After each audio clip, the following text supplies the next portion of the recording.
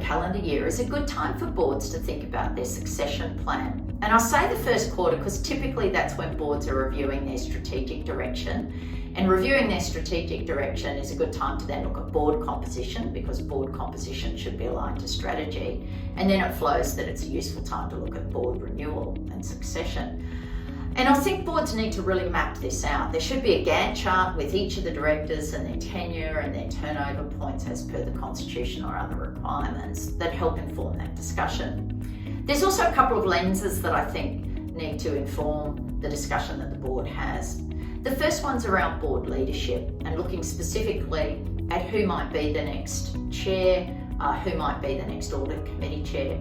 I worked with a board recently where a chair decided not to renew their tenure, and it was assumed that the deputy chair would step into the role, but no one had had that explicit discussion with the deputy chair, and indeed they weren't really ready, willing and able to step into the role, and so the board had to recruit a new person to come and step straight into the chair role, which was less than desirable. The second lens is looking at maximum tenure, and it's generally accepted that between 10 and 12 years is about the maximum tenure that a director should have on any one board. In some countries it's mandated, in some companies there's a constitutional limit, in some companies there's a policy, which means there's a bit more flexibility.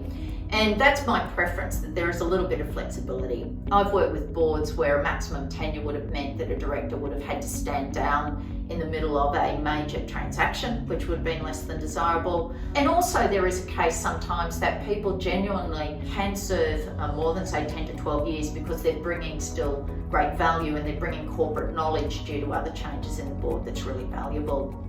Obviously there's bookends though. You don't want directors spending too short a time on the board and not bringing value, or too long and not bringing through therefore fresh perspectives. So first quarter of the year, really good time to think about board succession. Have we got that mapped out? Have we had explicit discussions about the tenure of directors and their intentions in terms of serving on the board?